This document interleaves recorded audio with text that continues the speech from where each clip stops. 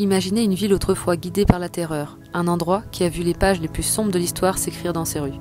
Mossoul, l'ancienne capitale de Daesh, un lieu où le passé retentit encore entre les murs détruits, cicatrice d'une guerre abominable. Aujourd'hui, nous partons à la découverte de cette ville qui renaît de ses cendres.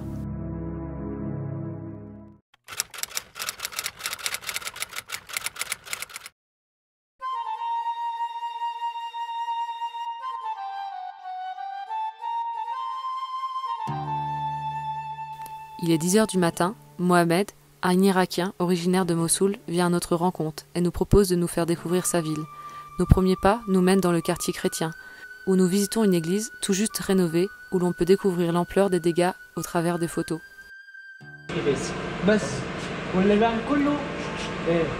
Just this is okay.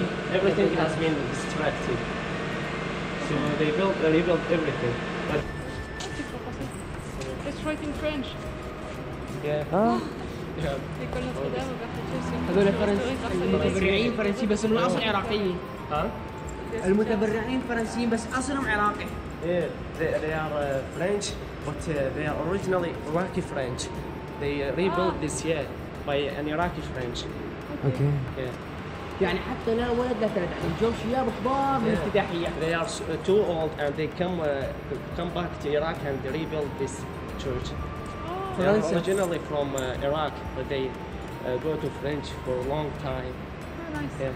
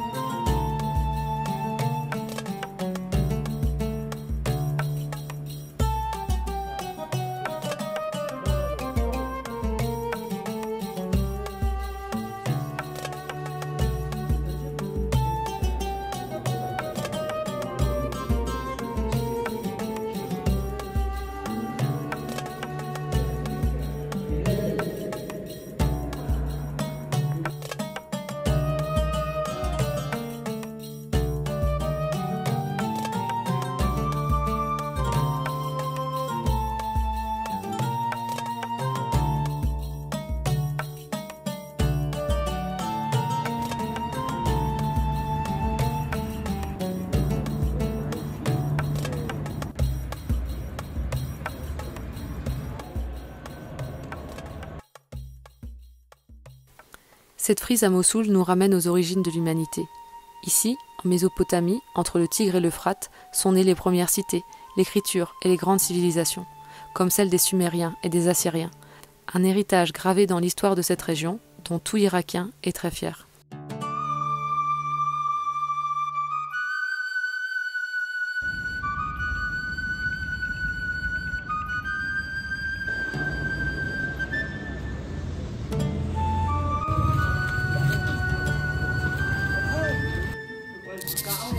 Nous découvrons ensuite une des spécialités culinaires de Mossoul, un mélange de viande hachée et d'épices enveloppées entre deux galettes de semoule.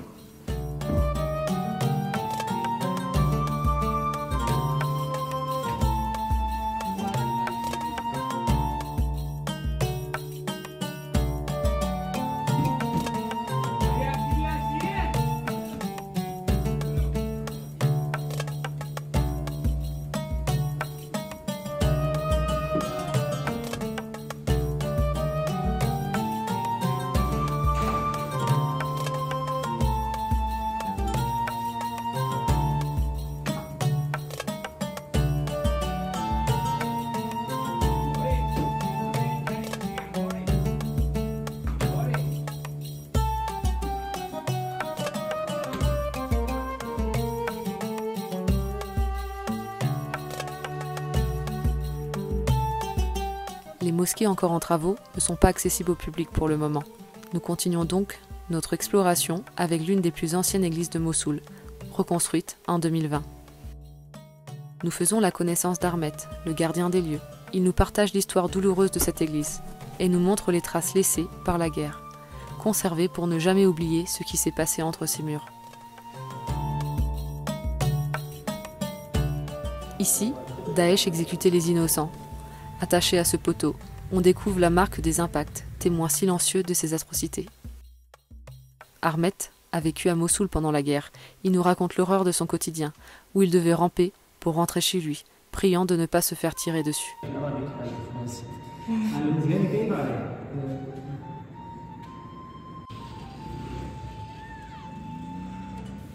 Mohamed nous guide à travers les quartiers historiques, lourdement endommagés par la guerre, pour nous conduire au musée de la culture de Mossoul. L'objectif de Daesh étant de détruire l'intégralité du patrimoine culturel de la ville. All the historical things they destroy. They Not want all, like the majority of historical things have been destroyed. Yeah, very bad.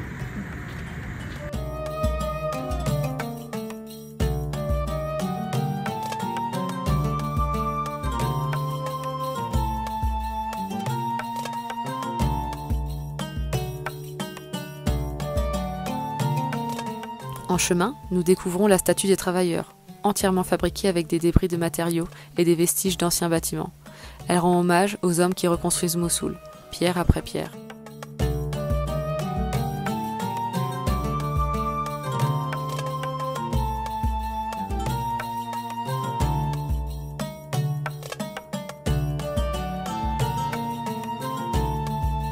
Terminons cette journée au musée, surnommé l'identité de Mossoul par ses habitants. En 2014, lors de la prise de la ville par Daesh, des artefacts d'importance mondiale ont été pillés ou détruits, et plus de 28 000 livres et manuscrits rares ont été réduits en cendres. Une attaque délibérée contre l'histoire et la culture de la ville. Mais depuis 2018, le musée renaît peu à peu, rouvrant ses portes après 20 ans de fermeture.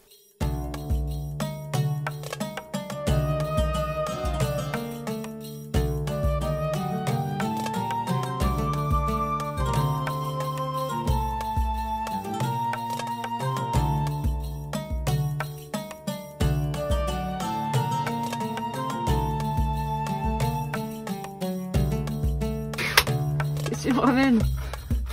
Du coup, il y a notre guide de la journée, Mohamed, il nous a ramené des Dolma, tu vois. dolmas. Donc, je sais pas, c'est une grosse galette. Et puis, du coup, les dolmas, je sais même pas à quoi ça ressemble. Je vais découvrir. Oh, ça a l'air d'être des gros poivrons fourrés avec du riz. C'est pas des poivrons, Chatoun, c'est des. C'est des feuilles? Des feuilles Non, de là, vigne. regarde. C'est un poivron, ça.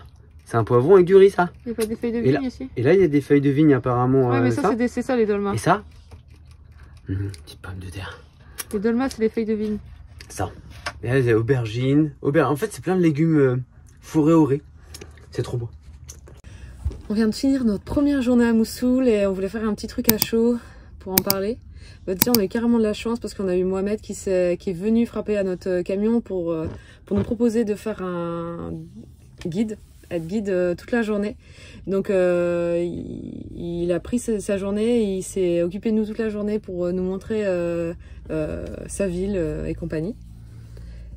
Et du coup, il nous a fait découvrir Mossoul, les ruines, un peu nous dire aussi les ressentis qu'ils avaient en tant qu'Irakiens avec les actualités dans le monde. C'était un truc de fou parce que toute la journée on a entendu welcome en Irak, welcome, welcome, on vous aime, I love you, I love you. C'était trop rigolo. Et puis les gens ont pas arrêté de nous offrir à manger. J'ai plus faim. Hein. On a plus faim. Ils ont même offert jus de fruits. On s'est dit tiens, on va se prendre un petit jus de fruits frais. On s'est arrêté, on commande un jus de fruits frais avec un petit gâteau. Il a jamais été question qu'on paye. On pensait vraiment pas et à la fin il nous a dit non vraiment la main sur le cœur et c'est offert. On est content de vous voir, welcome. Dès qu'on rentre dans un resto, ils veulent pas qu'on paye. Même parfois nos courses, ils veulent pas qu'on paye non plus. Ça c'est compliqué. On a aussi on a parlé avec pas mal d'Irakiens et tout, et il y en a un qui m'a dit quelque chose qui m'a un peu comment dire, troublé et tout machin, ce qui m'a dit ça m'inquiète le nouveau président des États-Unis et compagnie parce que en gros il a peur qu'un jour les Américains reviennent pour faire la guerre parce que en fait il nous expliquait que souvent ils veulent contrôler le prix du pétrole et c'est pour ça aussi qu'ils étaient sur le territoire. Il nous a comparé en gros l'Irak et l'Amérique avec genre la France qui essaye de contrôler qui contrôle même certains pays d'Afrique pour leur richesse, et c'est le cas pour l'Amérique. Et du coup il me disait vraiment nous c'est pas notre guerre, on a vraiment envie de vivre en paix depuis que Daesh est parti et que les Américains sont partis, on vit en paix et c'est notre souhait, quoi. Et trouver ça, c'était une petite phrase que j'avais envie de vous partager aujourd'hui.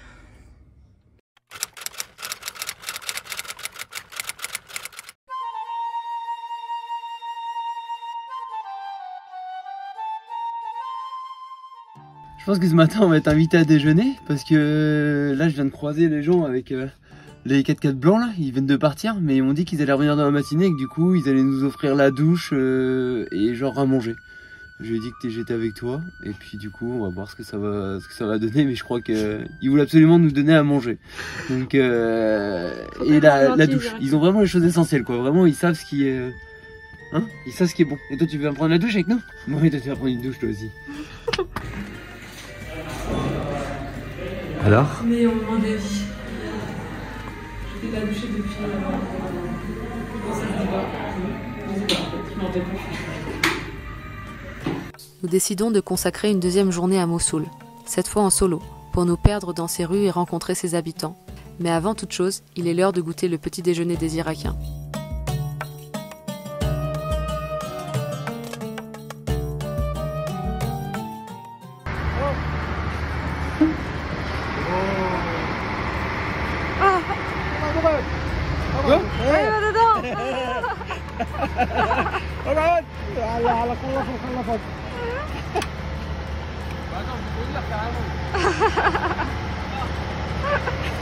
هذه اركبي اركبي مصر فكر ها ايه ايه Le vieux Bedford de 1972 là. Et prochain voyage on part avec ça. C'est super. Nous nous dirigeons vers le bazar de Mossoul. Et là, c'est le choc culturel. Tout le monde nous salue, vient à notre rencontre. À chaque coin de rue, on entend « Welcome to Iraq, my friends ». On m'arrête pour des portraits, des photos souvenirs. Et pour goûter à toutes les spécialités locales. C'est ici que nous dégustons notre premier café irakien, parfumé à la cardamone.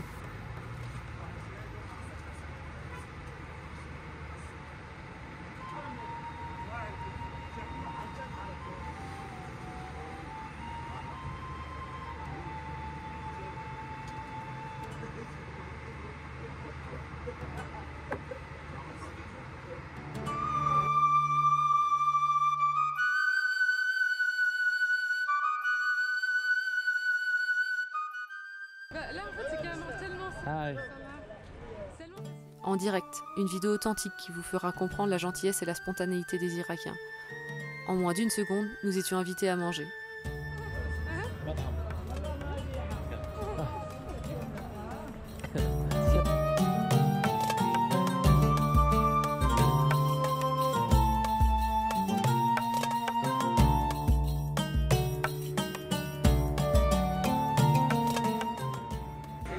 Ils nous invitent à manger ce midi. Ils nous invitent dans la rue et voilà, on fait un petit repas à nos nouveaux amis. Nous quittons nos hôtes et décidons de faire nos derniers pas dans le quartier historique de Mossoul, où le patrimoine culturel est totalement détruit. On est arrivé dans le vieux centre historique de Mossoul. C'est vraiment ici que Daesh a tout explosé. J'avais vu des images sur internet et compagnie, mais d'être ici c'est vraiment, je sais pas, ça me retourne. L'estomac et tout, c'est difficile à voir vraiment.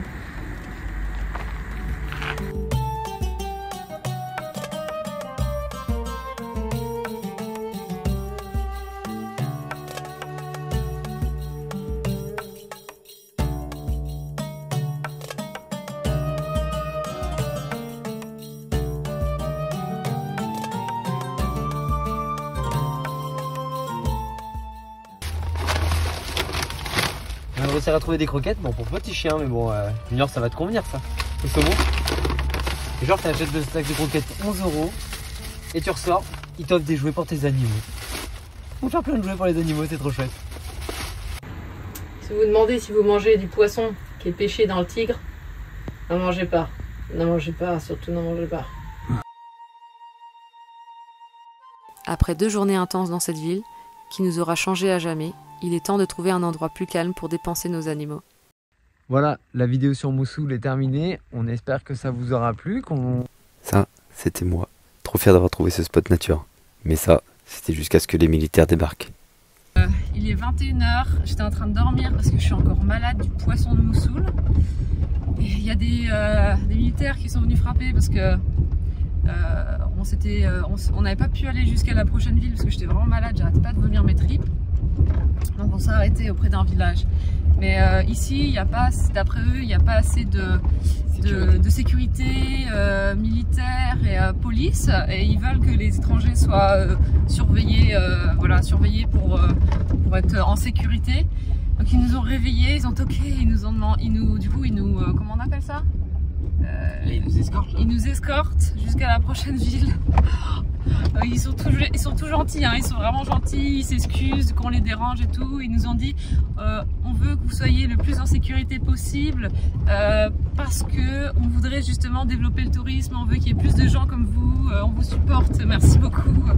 Ils nous ont tous suivi sur Instagram. Mais je vous avoue, à 21 h après un poisson pas frais à Mossoul, c'est pas vraiment ce que j'avais envie de faire. Parce que là on part pour 1h30 à 2 heures de route, je pense. Ouais, c'est ça, à peu près 2 heures de route sous escorte. Et le gars il rigole pas, hein. Je pense pas que je pourrais la filmer, mais c'est une voiture et dessus le gars il est là-haut avec une tourelle. J'ai jamais vu ça de ma vie, hein. Au 14 juillet à Paris quoi. C'est un 4x4 blindé, le gars il y a une tourelle dessus et le gars il est dehors sur la tourelle, je sais pas combien ce qu'il fait, mais il doit avoir froid. Ouais, ça c'est impressionnant, hein. Je ferai sûrement pas ça 2 fois dans ma vie je pense. Du coup je lui explique et tout au premier. Il me dit ok, il passe à deux et puis il raccroche. Le gars il regarde mes papiers, il regarde tout, il fait bon. Il voulait juste nous déposer sur l'axe principal et puis maintenant on a 2 heures de route pour aller jusqu'à Tikrit. Ça va être assez long parce que là franchement on va arriver à 23 h, c'est pas cool. Et voilà, ils avaient peur qu'on meure de soif, ils voulaient nous donner de l'argent aussi, ils voulaient nous donner de la nourriture, mais j'aurais dit j'étais trop malade, je voulais rien du tout. Donc ils nous ont offert ça, donc ça fait 24 bouteilles parce qu'il y a celle-là là, et puis il y a celle en dessous là. Ils ont dit ils avaient peur qu'on manque d'eau. Non, c'était assez impressionnant quand même, on n'est pas habitué à voir des militaires comme ça nous en France où les gens là, ils ont vraiment des grosses armes. Ils ont pas arrêté de nous dire qu'ils étaient là pour nos biens et pour nous protéger, machin et tout. Mais c'est toujours très impressionnant, c'est pas dans nos mœurs, voilà, mais ils sont très gentils, c'est très gentil avec nous en tout cas.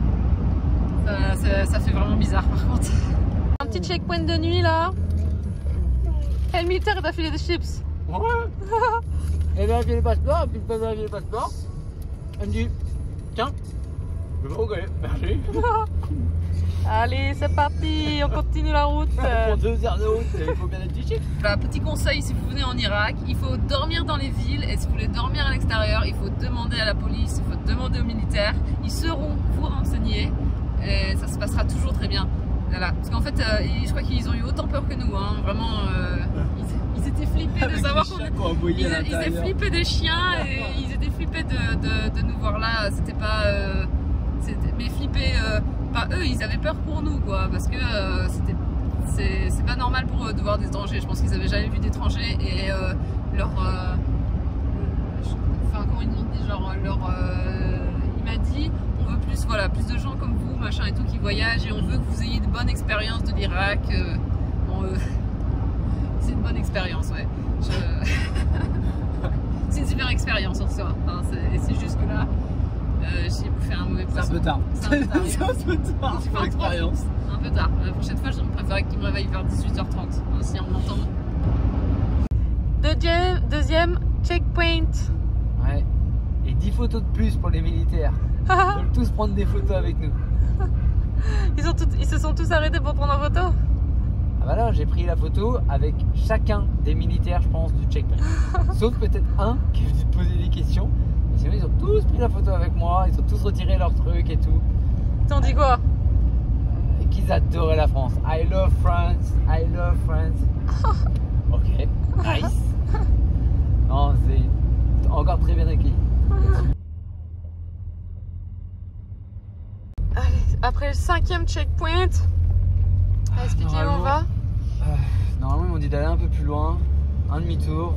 Et on pourra dormir là, il y a de quoi manger, il y a de quoi dormir. Là j'en peux plus, il est minuit. Je suis fatigué. Nous sommes officiellement arrivés à Tikrit. Ouais, enfin.